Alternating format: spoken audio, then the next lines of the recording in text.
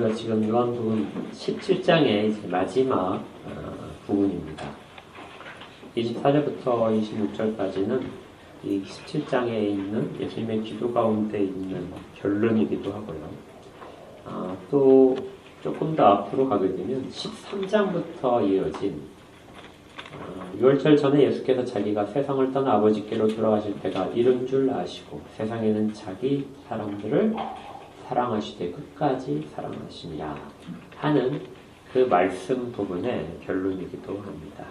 그래서 먼저 기도에 대한 내용을 살펴보고 그 다음에 13장부터 이어진 내용 속에서 결론을 다시 한번 살펴보겠습니다. 사실은 두 가지가 아주 떨어져 있지는 않아요. 왜 이 24절부터가 예수님의 기도의 결론이라고 이야기를 하냐면요. 다른 곳에서 사용하지 않는 표현으로 이 부분을 마무리하기 때문에 그렇습니다. 우리말 성경에서는 이게 잘 드러나지 않는데요. 24절 끝에 보게 되면은 예수님께서 원하옵니다 하는 이 단어를 사용하셨어요. 이 원한다는 이 단어가 여기에 단 한 번만 사용됐습니다. 예수님의 기도 중에서. 다른 것들을 보게 되면 원어 성경을 보게 되면 전부 다 예수님께서 명령형을 사용하셔서 아버지께 구하세요. 주십시오 뭐 이렇게 하는 그런 것이죠. 이렇게 이루어 주십시오 하는 것들로 구하시는데 24절에 가서는 그것이 아니고 말씀에서 정확하게 이렇게 해주시기를 내가 간절히 바랍니다 한다는 이 단어를 사용합니다. 델로라는 단어인데요. 이게 의지를 담은 기원이에요. 하나님 이건 반드시 해주셔야 됩니다 하는 그런 마음이 담긴 거죠. 그래서 이 24절이 앞에 있는 이 모든 기도 가운데 결론처럼 들리게 됩니다. 예수님께서 정말 원하셨던 것, 앞에서도 많은 것들을 예수님께서 아버지께 구했어요. 제자들에게 필요한 모든 것들을 구하셨는데 그 중에서도 정말 간절히 구하신 것이 24절의 내용인데요. 거기에서 보게 되면 예수님께서 구하신 내용은 크게는 두 가지로 구분이 됩니다. 하나는 나 있는 곳에 나와 함께 있게 하여 주옵소서. 지금 제자들을 위하여 기도하고 계시잖아요. 그 제자들이 나 있는 곳에 함께 있게 하여 주옵소서. 이렇게 기도하는 것이고요. 그 다음에 두 번째는 그들이 나의 영광을 보게 하여 주옵소서. 이 두 가지는 사실은 떨어져 있지는 않아요. 한 가지가 이루어지는 다른 하나는 당연히 이루어지는 내용으로 되어 있습니다. 예수님께서 제자들과 함께 있고 싶어 하는 그곳은 어딜까요?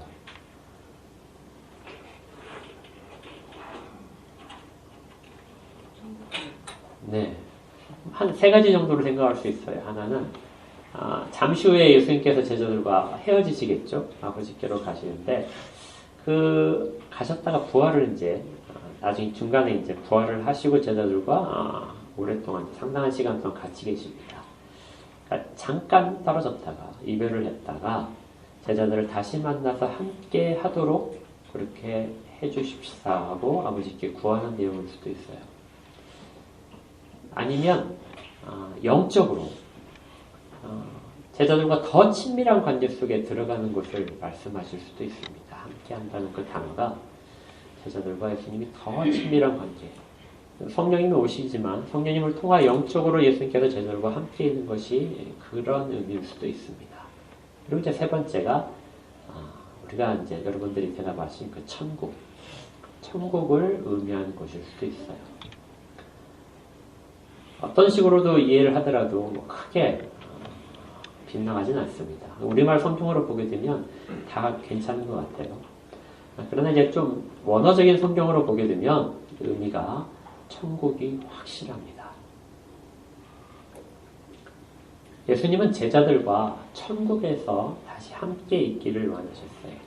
그런데 그 대상은 제자들만이 아닙니다. 거기 24절에 뭐라고 되어 있냐면 내게 주신 자라고 말씀을 하셨어요. 내게 주신 자는 지금 예수님 앞에 있는 제자들을 가리키는 가장 정확한 의미예요. 그러니까 저들이 지금 예수님이 저들을 위하여 기도하고 계시는데 저들이 장차 사도와 다른 제자들로 해서 예수님의 증인이 될 저들이 장차 나중에 나와 함께 꼭 있게 해주옵소서 이렇게 말씀을 하시는 것이죠. 그런데 꼭 그들만은 아닙니다. 우리가 지난번에 살펴봤듯이 20절을 보게 되면 내가 비옵는 것은 이 사람들만 위함이 아니요 또 그들의 말로 말미암아 나를 믿는 사람들도 위함입니다. 그러니까 예수님이 천국에 같이 있기를 원하시는 사람들은 지금 앞에 있는 제자들, 사도들뿐만이 아니라 그들의 말을 듣고 성도가 되는 사람들, 모든 성도들을 가리키는 것이죠. 모든 성도들이 천국에 나와 같이 있게 되기를 내가 간절히 원합니다 하는 뜻이에요. 이건 조금 약간 우리가 생각할 부분이 있어요. 14장을 보시면요. 14장 3절에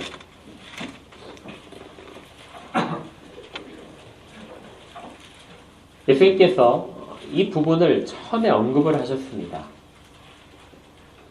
14장 1절부터 보게 되면 마음에 근심하지 말아라. 근심하지 않아야 될 내용으로서 내가 너희를 위하여 거처를 예비하러 가노라 하십니다. 그리고 3절에 가서 너희를 위하여 거처를 예비하면 내가 다시 와서 너희를 내게로 영접하여 여기 똑같은 표현이 나와 있죠. 나 있는 곳에 너희도 있게 하리라. 그러니까 예수님은 처음부터 제자들이 예수님과 함께 있는 그 예수님이 있는 곳에 함께 있게 되는 것을 말씀을 하셨습니다. 그런데 14장 3절에서는 예수님이 내가 그렇게 만들겠다 이렇게 하시는 거예요. 그리고 17장에 가서 24절에서는 아버지께 그것을 구하는 겁니다. 그러니까 예수님은 자기의 능력으로 자기의 의지로 그것을 하실 수 있는 분이에요. 그리고 그것이 그대로 성취되는 것도 예수님은 당연히 알고 계십니다. 그러나 예수님께서 제자들과 함께 인성을 가지시고 제자들과 함께 계시는 그 동안에는 언제나 아버지께 구하고 계세요. 아버지께 구해서 그것들을 이루어달라고 기도하고 계시고 아버지께서 주신 것을 사람들에게 전합니다. 아버지께서 내게 주신 것들을 내가 그들에게 주었습니다. 늘 이런 표현을 사용을 하시는 것이죠. 요한복음에서의 예수님은 그렇게 아버지와 늘 함께 계시는 분이며 자기의 의지를 통하여 하시기도 하지만 아버지 말씀에 순종하는 분으로 그렇게 늘 표현이 됩니다. 예수님은 마지막에 모든 것들을 다 집중을 해서 저들을 꼭 내가 있는 곳에 함께 있도록 해주십시오. 우리가 아무리 이 세상에서 신앙생활을 잘한다 할지라도 우리는 늘 천국을 소망을 해야 됩니다. 예수님이 제자들과 늘 함께 하셨어요. 제자들의 그 모든 필요한 것들도 채워주시고 말씀으로 늘 양육하셨어요. 그러나 그것이 우리 인생의 목표점은 아닙니다. 우리가 그 하나님 나라에 대하여 잘 알고 계신 분들이 가끔 이제 그렇게 생각하는 경향이 있습니다. 뭐 어디나 예수님이 계신 곳은 천국이니까 여기서도 지금 천국이야. 그래서 내가 예수님과 지금 같이 있는 것이 천국이고 제일 기뻐. 그래서 이 세상에서의 예수님과의 동행 이것을 굉장히 중요하게 생각을 하는 경향성이 있을 수 있어요. 그렇게 되면 천국에 대한 사모함이 줄어들 수 있습니다. 물론 이 땅에서의 삶과 천국에서의 삶이 연결이 되어 있어요. 연속성상에 있는 것도 분명히 있습니다. 그러나 불연속적인 분이 아주 커요. 그러니까 우리가 이 세상에서의 사는 삶을 그대로 만족을 하지 않고 하늘에서의 삶, 예수님과 함께하는 천국에서의 삶을 우리는 반드시 소망을 해야 됩니다. 그곳에서부터 우리의 현재의 신앙이 이루어져야 되는 것이죠. 여러분들이 꼭 이 부분을 잊지 않으시기 바랍니다. 우리는 천국을 소망하며 이 땅을 살도록 보내심을 받은 사람이죠. 이것을 예수님께서는 자기 의지적으로 그것을 만들어내시겠다고 하시기도 하고 하나님의 의지로서 그것들이 이루어질 것을 말씀을 하시는 것입니다. 그런데 이제 여기 조금 문법적으로 보게 되면 조금 생각할 부분들이 여러 곳이 있어요. 17장의 24절에 나 있는 곳에 나와 함께 있어 이렇게 되어 있는 나와 함께 있다는 이 표현이요. 그냥 이렇게 말씀이 아니라 헬라어 성경으로 보게 되면 가정법 현재라는 것으로 되어 있습니다. 문법이 좀 어렵기 때문에 자세히 설명 안 드리고요. 이것이 무슨 뜻이냐면은 지금은 아니라는 뜻이에요. 그리고 미래의 일입니다. 미래의 일인데 그것이 한 번 발생을 하게 되면 영원히 지속되는 걸 의미를 해요. 그러니까 한 번 일어나는 사건을 말씀하시는 것이 아니라 그것이 영원히 지속되는 것. 그러니까 지금 예수님께서 제자들을 위하여 기도하시는데요. 저들이 나 있는 곳 천국에 있게 되면 그것은 한 번 이루어지고 나중에 천국에서 탈락시킨다는 이런 것이 아니라 영원히 지속되는 것이라는 것을 지금 예수님께서 말씀하고 계시는 겁니다. 그러니까 우리는 당연하게 생각하는 부분들이에요. 그러나 예수님 당시에 이 사람들을 생각해서는 이 부분은 정말 잘 이해하기 쉽지 않은 참 어려운 부분이었습니다. 천국에 간다는 것도 사람들 생각 속에 많이 없었고요. 그곳에 갔을 때 그곳에서 영원한 복락 가운데 있다는 것도 생각을 하지 못하는 그런 상황이었습니다. 그러나 예수님은 그런 사람들에게 내가 있는 곳에 저들도 함께 있기를, 그리고 그것이 영원히 지속되기를 지금 아버지 앞에서 간구하시면서 제자들도 그것을 소망하도록 만드시는 것이죠. 또 이 문장 속에서는 자칫 소홀히 지나치기 쉬운 그런 부분이 하나 더 있습니다.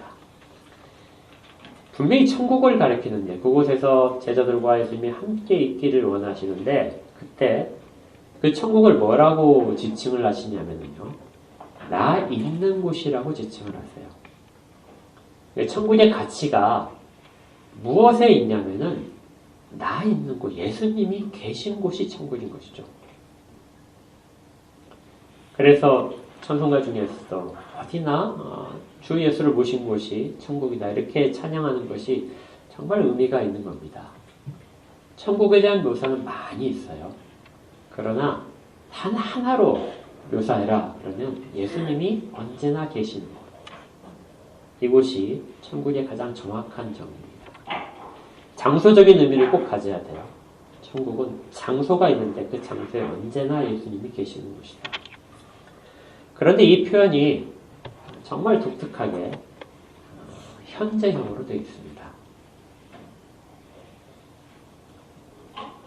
이게 좀 어려운데 우리가 좀 기억할 필요가 있어요. 지금 문장이 좀 이상한 거예요. 아버지께서 내게 주신 자들을 내가 함께 있을 것은 미래인 것이죠. 장차 일어날 일입니다. 그곳에서 제자들과 함께 계시겠다는 거예요. 근데 지금 예수님이 어디에 있냐면 그곳에 계신다는 겁니다. 지금 예수님은 뭐하고 계시죠? 제자들 앞에서 기도하고 계세요. 기도하고 계시는데 이 표현이 지금 내가 있는 곳, 현재 내가 있는 곳에 장차 그들도 있게 하겠다. 좀 어렵지만 요한복음에서 이건 굉장히 중요하게 다루는 부분입니다.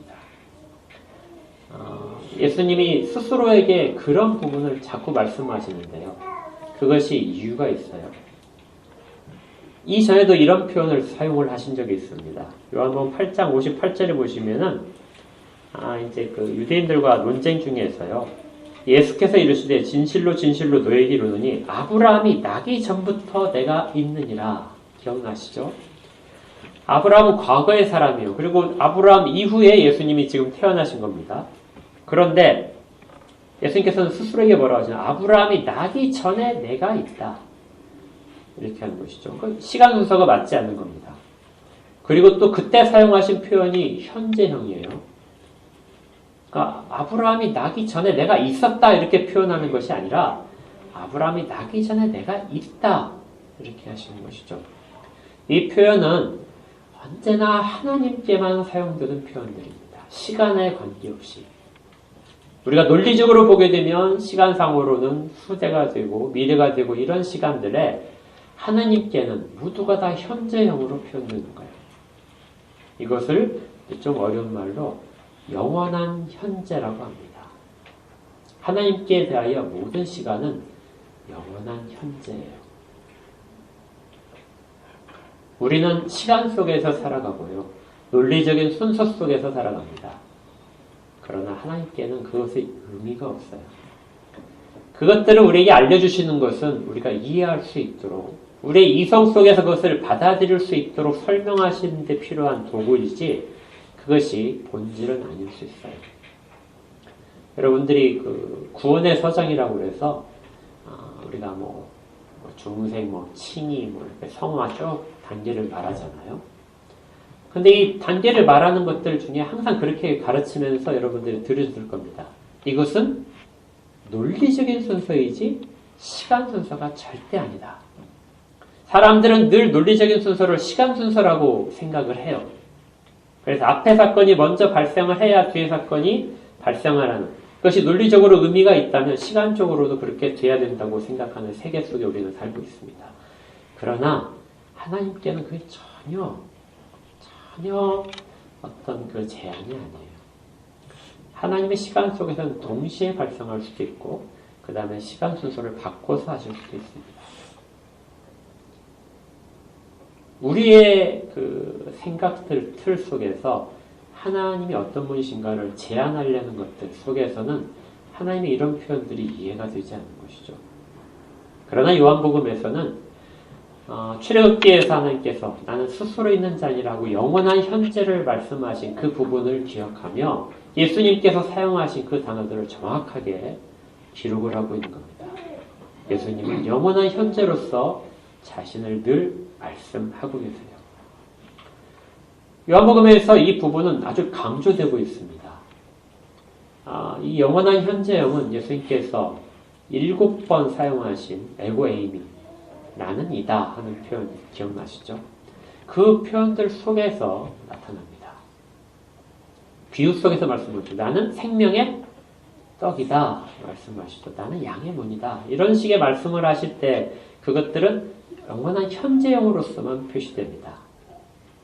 그래서 여러분들이 그런 부분들을 영원한 현재형으로 사용된 이 부분을 읽으실 때에는 어떤 것을 생각하면서 읽으면 되냐면요.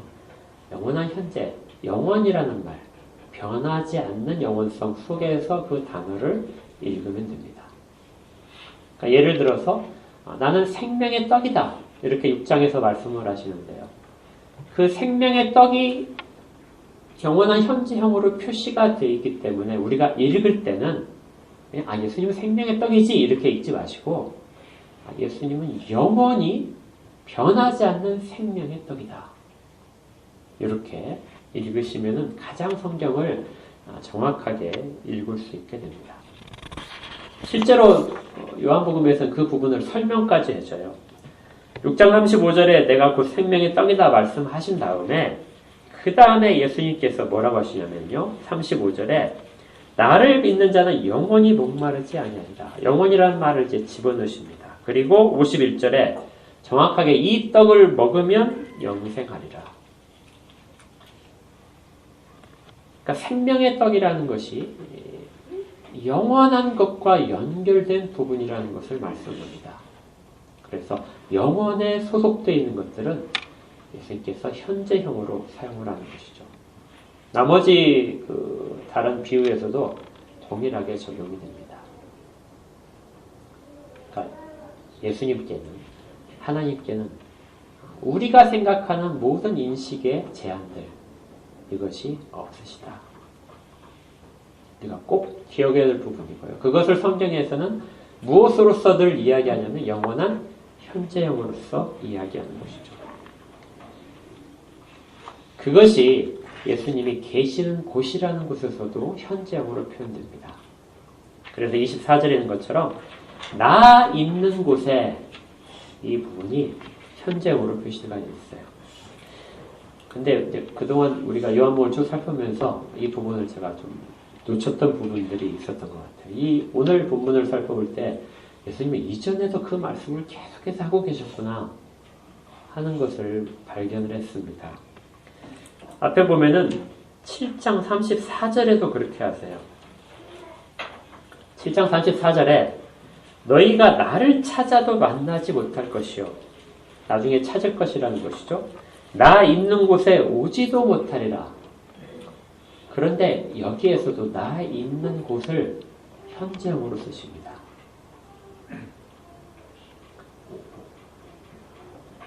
예수님은 늘 지금 사람들 앞에 계시지만 영원한 곳에 계시는 분이라는 거죠. 그 영원한 곳이 천국으로 말하는 것으로 하십니다. 그러니까 성경을 보실 때 우리가 예수님을 바라보면서 예수님의 그 모든 행하신 일들을 기록한 성경 말씀을 들으면서 그냥 단편적으로 그때 무슨 일이 있었는가 이런 부분을 보실 수도 있지만은 늘 한편 부분에 잊지 말아야 되거든요. 예수님께서는 그 당시에도 사람들 앞에서 서 계시고 모욕을 당하시는 그 순간에서도 그분의 본질적인 존재는 영원 가운데 계시는 분이라는 것을 우리가 말씀을 읽으면서도 꼭 잊지 않고 봐야 됩니다. 그러면 예수님께서 왜 그것들을 견뎌내시는지, 왜 그것들을 보여주시고 말씀하시는지가 우리 가운데 좀 더 분명하게 들릴 거예요. 또 12장 26절에서도 한 번 더 사용하시는데요. 사람이 나를 섬기려면 나를 따르라. 나 있는 곳에 나를 섬기는 자도 거기 있을 것이다. 여기도 또한 마찬가지로 동일한 표현을 사용하십니다. 예수님은 그곳에 계시면서 그곳에 우리를 이끌어 들이시는 거예요. 어떻게 보면 실질적으로 우리는 영원 전에 아버지께서 선택하신 그 상황 속에서 우리는 그곳에 우리의 본질이 있을 수도 있습니다. 우리는 전혀 깨닫지 못하지만 우리의 본질은 여기에 세상 가운데 살고 있는 이 육체를 가진 본체가 여기에 있지만 우리의 본질적인 부분은 영원 가운데 이미 존재를 하고 있는 것이죠. 그래서 우리는 여기에서 늘 나그네의 삶을 살고 있고요. 찰나의 시간을 지내고 있게 됩니다. 우리가 이것을 꼭 기억했으면 좋겠어요. 우리가 가야 할 곳, 정말 우리가 본래적으로 소속되어 있는 곳, 그곳은 천국입니다. 두 번째 예수님께서 간절히 원하시는 내용이 무엇이냐면 그곳이 그러면 왜 가치가 있는가? 내가 있는 곳이기 때문에 가치가 있는 것이기도 하지만요. 우리가 그곳에 들어가서 누릴 것이 있기 때문에 가치가 더 있습니다. 여러분들 천국 가게 되면 뭘 제일 누리고 싶으세요?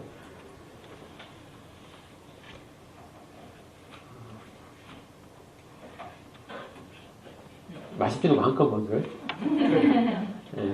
아프지 않을 거. 몸이 불편하신 분들은 자기의 그 질병 가운데 있는 혹은 장애 가운데 있는 그 부분들이 사라지는 거, 이걸 꿈꾸시는 분들이 많아요. 천국은 내게 지금 정말 제한적인 것들이 없어지는 곳이다. 노예들이 천국을 굉장히 소망을 했습니다. 미국의 노예들이 그들의 노래 속에 천국이 엄청나게 많이 나와요. 왜 그러냐면 현재의 그 비참한 삶 속에서의 해결할 방법이 없거든요. 그런데 그것들이 해소되는 것, 자유, 정말 자유. 모든 그 자기들의 권리가 다시 보장되는 곳, 그곳을 소망하니까 천국은 자유로운 곳이다. 이렇게 그들은 노래를 했습니다. 아주 가난한 사람들은 천국은 굉장히 부유한 곳, 그렇게 하겠죠. 그런데 예수님께서 말씀하신 부분은 그게 아니에요. 천국에 그들을 다 데려가기를 원하십니다. 그들 함께 있기를 원하시는데 왜 그러냐면 24절 뒷부분에 있어요. 창세전부터 나를 사랑하심으로 내게 주신 나의 영광을 그들로 보게 하옵소서. 예수님이 그들을 데려가시고 싶은 곳은 그곳에서는 지금까지 제자들이 이 땅 가운데 예수님과 동행하면서 살펴봤던 그 모든 하나님의 영광, 예수님이 본래부터 가지셔야 됐던 그 영광들을 다 보지 못하기 때문입니다. 그런데 천국에 가게 되면 그것을 다 볼 수 있다는 것이죠. 예수님께서 하나님이신 그 상태로서의 가지신 모든 영광들을 나중에 천국에서는 다 보게 되는 거. 그러면 왜 그것은 우리에게 기쁨이 될까요? 그건 예수님이 그렇게 하시는데 우리가 무슨 기쁨이, 우리는 그냥 우리의 필요한 것이 채워지면 되는데, 여기에 이제 우리가 살아가는 목적과 관련된 부분이 있습니다. 여러분들 소유문답책 1문 다 기억하시죠? 1문에 뭐라고 되어 있죠? 사람의 제일 드는 목적이 무엇입니까? 사람은 무엇을 위하여 살아갑니까? 그렇게 물어볼 때 답이 뭐죠? 하나님을 영화롭게 하고 영원토록 하나님을 즐거워하는 것입니다. 사람의 목적은 하나님을 영화롭게 하는 데 있어요. 그 영화롭게 하는 것은 반대로 사람이 가장 즐겁게 사는 방법이기도 합니다. 이 땅 가운데서 우리는 이 일들을 하려고 해요. 하나님을 영화롭게 함으로써 우리가 다른 곳에서 받을 일어날 수 없는 그 모든 즐거움들을 다 발견하기 위하여 애를 씁니다. 실질적으로 이것이 우리 가운데 기쁨이 되기도 하죠. 그런데 이걸 다 하지 못해요. 우리가 찬양을 아무리 불러도 하나님께 어떤 영광을 돌릴 만한 우리의 수준이 안 된다는 것을 우리는 압니다. 우리가 너무나 연약하고 우리를 돌아보게 되면 늘 부족하고, 그래서 하나님이 과연 받으실 만할까 하는 그런 회의감 속에서 우리는 늘 설 수밖에 없어요. 오로지 예수 그리스도의 의로우심이 아니라면 우리는 예배의 자리조차 설 수 없다는 것을 알고 있습니다. 그런데 어떤 걸 하나님께 영광을 더 돌릴 수 있을까요? 그냥 할 수 있는 건 예수를 믿는 것뿐이죠. 그러면서도 늘 탄식 가운데 있어야 됩니다. 내가 하나님께 영광을 돌리는 삶을 정말 살고 싶은데 내가 그렇게 살고 있지 못하다. 이게 인간이 가진 가장 존재로서의 목적인 거예요. 이 땅 가운데 이름을 남기기 위해 사는 것도 아니고요. 사람의 목적은 하나님을 영화롭게 하는 거예요. 그런데 그렇게 아무리 발버둥 쳐더라도 이 세상 가운데 하지 못하는 일이 천국에 갔더니 그 순간 일어난 것을 보는 겁니다. 내가 정말 하고 싶었는데, 하나님께 영광을 돌리고 싶었는데 이미 영광 가운데 계신 주님을 바라보고 하나님의 영광을 보는 것이죠. 이때 여러분 기쁘지 않겠어요? 나와 아무 상관없는 것이라고 생각하겠습니까? 내가 가장 인생에 존재로서의 목적을 그 순간에 다 달성하는 곳인데요. 이것이 목적이 되는 것이죠. 천국은 그곳입니다. 우리가 가장 소망하는 것들, 그것이 이루어지는 거예요. 주님과 영원히 함께하고 싶은 마음들, 주님께서 그렇게 하시겠다고 하시고요. 너희들이 영원히 나를 영화롭게 하고 싶어하는 그 모든, 가장 영화롭게 하고 싶은 그것을 내가 너희들 가운데 다 보여주겠다. 그러면 우리는 우리가 고백한 것처럼 그것이 우리의 가장 즐거움이 됩니다. 천국에서 우리가 가장 기뻐할 것은 많이 먹어서, 맛있는 걸 많이 먹어서 우리 몸이 불편해서가 아니고요. 하나님의 영광 가운데 우리가 있음으로 즐거워하는 것이에요. 그래서 천국에 있는 모든 기쁨들은 거기에서 시작이 됩니다.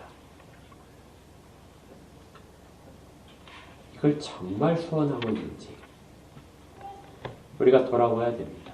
이 기도가 제자들, 사도들에 대한 기도만이 아니라고 했잖아요. 나중에 모든 믿게 될 성도들을 위한 기도입니다. 모든 성도들이 그렇게 되기를 예수님은 지금 구하고 계시는 거예요. 그리고 이것은 우리에게도 지금 구하시는 예수님으로 말미암아 우리의 소원이 되어야 되기도 합니다. 여러분들 그리스도의 영광을 바라보기를 소원하십시오. 제자들이 아무리 예수님께서 표적을 베푸는 걸 봤다 할지라도, 예수님의 말씀이 어떤 권위가 있는 걸 봤다 할지라도 그것들은 예수님이 가지신 영광과 좋게 비교할 수가 없습니다. 마가복음에 보게 되면 변화사 사건이 기록되어 있어요. 변화사 사건 속에서 베드로가 이런 고백을 했습니다. 예수님이 정말 놀랍게 변하신 것을 목격을 했죠. 그때 베드로가 한 말 기억하시죠? 뭐죠? 여기가 좋사오니 우리가 초막새를 지냈습니다. 여기가 좋습니다. 얼마나 예수님의 그 변화된 모습, 영광스러운 모습을 봤는데 그것도 본래적인 것이 아니라 부분적인 것만 본 것이죠. 그런데 그것이 너무나 영광스럽기 때문에 베드로는 우리가 다 밑에 산 밑에 내려갈 필요가 없습니다. 여기서 그냥 있고 지금 우리가 죽어도 좋습니다. 그렇게 얘기할 정도의 영광을 보았던 거예요. 그런데 그것보다도 훨씬 더 큰 영광을 본다면 우리는 얼마나 감격스럽겠습니까? 우리 가운데 이것이 약속되어 있어요. 그리고 여러분들은 늘 그것을 생각하셔야 됩니다. 이 땅 가운데 삶, 그것을 벗어난 삶. 예수님께서 영원한 현재 속에서 제자들 앞에 서 계신 것처럼 우리는 영원한 것 속에서의 일부 속을 지금 우리가 살아가고 있는 것이죠. 25절에 보게 되면 예수님께서는 하나님께 또 다른 것들을 간구를 하십니다. 그러면서 예수님께서 무엇을 말씀하시면 아버지를 어떻게 부르시냐면요. 의로우신 아버지여 이렇게 불러요. 그냥 아버지여 하고 기도하시다 이렇게 하시다가 예수님께서 그 앞에 무슨 뭔가를 붙이셔가지고 말씀하시는 부분이 가끔 나옵니다. 이거 굉장히 중요한 표현이에요. 왜 그렇게 붙이시냐면 당연히 구하는 것보다 이 부분은 특별하게 더 구한다는 거예요. 하나님의 어떤 속성에 의지해서 하나님 어떤 분이시라는 것을 이야기하면서 그 부분 속에서 우리에게 이 일을 해 주십시오 하고 그 결과를 하나님의 어떤 속성에 맞추어서 정말 특별하게 구하는 것 때 이때 예수님께서 이런 표현을 사용하십니다. 요한복음에서 이게 단 3번밖에 안 나와요. 물론 예수님께서 내 아버지여 부르는 부분은 빼고요. 다른 형용사로서 아버지를 형용할 때 첫 번째가 6장에 보게 되면 살아계신 아버지 하고 부르십니다. 살아계신 아버지. 그냥 보통 아버지라고 부르시다가 부르시기를 살아계신 아버지. 6장 57절에 나옵니다. 이렇게 부르시면서 그 다음에 말씀하시는 것이 무엇이냐면 이렇게 말씀하세요. 내가 아버지 때문에 사는 것과 같이 나를 먹는 사람도 나 때문에 살 것입니다. 이 표현 방식은요, 아주 중요합니다.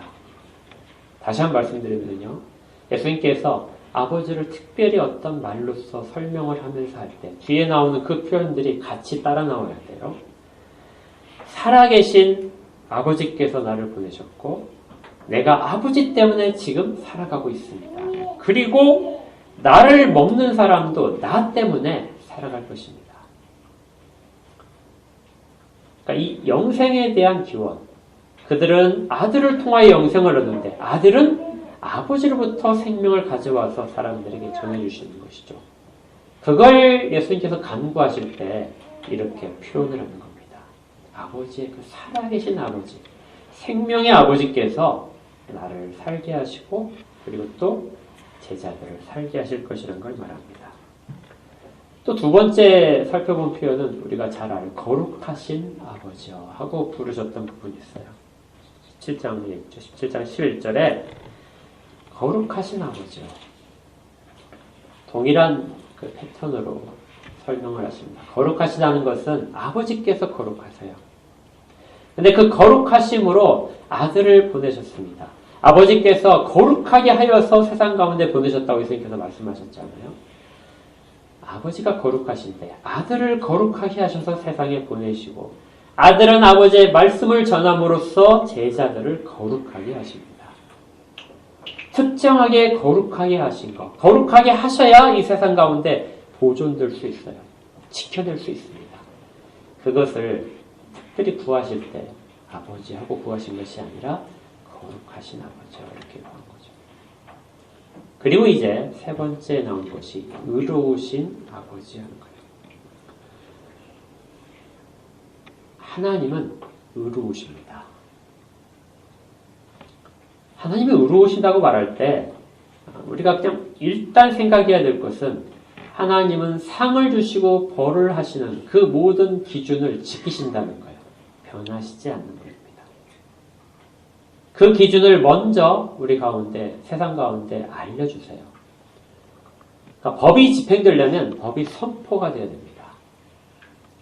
하나님께서는 사람들과의 관계를 맺으실 때 먼저 법을 선포하고 계셨어요. 이것을 우리가 언약이라고 말합니다. 언약을 선포하시고 하나님은 언약대로 사람들을 대하세요. 사람들이 어떻게 행동하는 것에 따라 좌우되지 않으시고요. 하나님은 언약대로 행동하십니다. 그리고 그 언약은 하나님의 자유로운 의지 속에서 선포가 됐어요. 어떤 존재가 하나님께 세상 사람들에 대하여 이렇게 대해 주십시오 하고 권고한 존재가 없어요. 또 나중에 세상 사람들이 하나님을 배반할지라도 그 배반까지 알고 계신 하나님은 그 배반에 구애치 않으시고 하나님은 언약을 세우셨습니다. 그 언약 속에서 하나님은 늘 신실하세요. 언약을 스스로 지키십니다. 이것이 하나님의 의로움이에요. 언약을 지키는 사람들에게는 하나님은 늘 상을 주십니다. 그리고 언약을 어긴 자들에게는 벌을 주세요. 의로우신 하나님의 행동이십니다. 그 의로움을 예수님이 그대로 가져오신 거예요. 예수님으로 말미암아 새로운 언약이 맺어지죠. 그 언약을 예수님은 신실하게 지키십니다. 율법 아래 나셨다는 표현이 있었죠. 예수님은 율법 아래 나심으로써 하나님의 언약을 신실하게 지키는 것을 늘 보여주셨어요. 그래서 이것을 예수님의 의로움이라고도 말할 수 있습니다. 그리고 또한 아버지께 어떤 하나도 아버지의 뜻대로 하지 않은 것이 없어요. 그대로 다 모든 것을 지키셨기에 예수님은 의로우십니다. 언제나 기준은 말씀이었어요. 그리고 그 말씀을 제자들에게 전하심으로써 예수님께서 말씀하셨죠. 저들이 내가 전해준 말을, 아버지의 말씀을 지켰습니다. 그렇게 지킨 그들에게 아버지께서 상을 주셔야 됩니다. 세상 가운데서 아무리 환란이 찾아오고 저들을 멸시한다 하더라도 그들이 말씀을 지키고 있는 한에서는 의로우신 아버지께서는 저들을 지켜주셔야 됩니다는 거죠. 여러분들 17장 예수님의 말씀, 그 기도를 잘 보시면은요, 전부 다 무엇을 중심으로 되어 있냐면, 내가 저들에게 말씀을 주었습니다. 내가 저들에게 말씀대로 가르쳤습니다. 내게 주신 아버지의 이름을 저들에게 알려주었습니다. 아버지의 이름을 알려준다는 것과 말씀을 전한다는 것은 같은 단어입니다. 내게 주신 영광을 저들에게 주었습니다. 역시 마찬가지로 말씀을 저들에게 전했다는 것에서 시작이 됩니다. 아버지께서 말씀을 지키시기에 의로우시다면, 그리고 내가 지금 모든 순종을 하기 때문에 아버지께서 나를 의롭다 하시는 거라면, 그렇다면 제자들이 말씀을 열심히 지킬 때 아버지께서 저들을 의롭다고 여겨주십시오. 그래서 의인들만이 가게 되는 그 천국, 그 천국에 저들도 다 있게 하여 주옵소서. 의로우신 아버지는 이렇게 말씀과 연결되어 있습니다. 이걸 더 분명하게 하는 것이요. 25절을 잘 보시면 의로우신 아버지여 세상이 아버지를 알지 못하여도 나는 아버지를 알았사오. 그들도 아버지께서 나를 보내신 줄 알았사옵니다. 의로움이 무엇과 연결되어 있죠? 아는 것과 연결되어 있어요. 살아있는 것이 살아계신 하나님 이 표현 속에서 살아있는 생명이 연결되어 있다면, 그리고 거룩하신 아버지라는 표현 속에서 거룩함이 연결되어 있다면, 의로우신 아버지라는 이 단어 속에서는 무엇이 연결되어 있냐면 아버지를 아는 것이 연결되어 있습니다. 전혀 엉뚱한 말씀을 하시는 것처럼 보일 수 있어요. 순종이 의로움을 결정을 할 텐데, 그런데 어떻게 아는 것이 의로움과 연결됩니까? 단순한 지식이 아닌 걸 우리가 알고 있죠. 하나님을 아는 것은 하나님과의 인격적인 모든 깊은 관계를 말합니다. 지식적인 부분이 있고요. 하나님과의 어떤 교감도 있고, 그리고 우리의 의지를 동원해서 하는 말씀에 순종하려는 그 모든 것이 다 담겨 있습니다. 그런데 이것이 언제나 하나님의 의로우심과 연결되어 있습니다. 그래서 의로우심은 하나님을 아는 것에서 시작이 돼요. 이사야 53장 11절에 보게 되면요. 이렇게 나와 있어요. 제가 읽어드리겠습니다. 메시아에 대한 예언 잘 알죠? 이사야 53장에. 그가 자기 영혼에 수고한 것을 보고 만족하게 여길 것이라. 나의 의로운 종이 자기 지식으로 많은 사람을 의롭게 하며. 무엇으로 사람들을 의롭게 한다고요? 자기 지식으로. 사람들을 의롭게 하는 것에 있어서 우리는 그 예수님의 그 대속적인 그 부분을 늘 생각을 하는데 그 대속적인 부분과 지식이 떨어져 있지 않아요. 요한복음에서 예수님은 의롭다는 것이 아버지의 말씀을 내가 받았습니다. 그리고 내가 말씀대로 다 행했습니다 속에서 의로움을 말씀을 하세요. 이것이 이사야 선지자가 예언한 그 부분입니다. 나의 의로운 종이 자기 지식으로 많은 사람을 의롭게 한다. 많은 사람이 그 아버지에 대한 이름을 받고 하나님의 말씀을 받으며 그것을 지켜나가는 그렇게 만드는 것이기 때문에 그 종은 의로운 종이고 많은 사람은 의롭게 된다는 것이죠. 그리고 나서 추가적으로 또 그들의 죄악을 친히 담당할 것이다. 죄악을 담당하는 것과 의롭게 하는 것은 떨어져 있지는 않지만 엄밀하게 성경적으로 보게 되면 구별되는 단어입니다. 대속과 칭의는 성경적으로, 신학적으로도 구별을 해요. 늘 우리는 이것을 꼭 기억을 해야 됩니다. 지식이 없으면 망해요.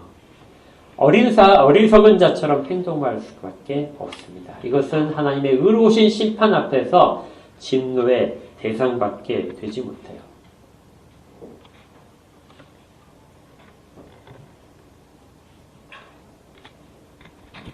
예수님께서 전해주신 지식은 사람들이 살 수 있는 지식입니다.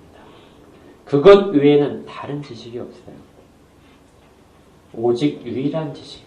아버지께서 아들에게 주신 모든 약속들, 그것을 예수님은 제자들에게 전했고 제자들은 그것을 믿은 것이죠. 칼빈이 그 제네바 유료문답을 쓰면서 이 부분을 조금 더 강조를 했던 것 같아요. 그래서 제네바 유료문답 1문에 보시면 이렇게 되어 있습니다. 인간의 삶의 제일 되는 목적이 무엇입니까? 소유문답과 똑같죠. 근데 답이 좀 달라요. 답이 뭐라고 되어 있냐면 답은 하나님을 아는 것입니다. 인간의 삶의 목적을 무엇이라고요?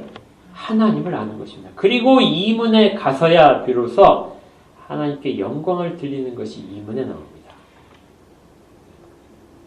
하나님께 영광을 돌리려면 그 앞에 뭐가 있어야 되는 것이죠? 하나님을 알아야 됩니다. 하나님이 어떤 분이신지를 알아야 돼요.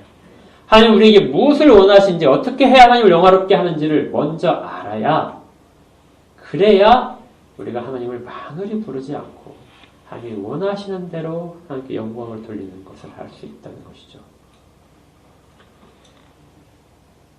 하나님을 알지 못하면 아무것도 발생할 수가 없습니다.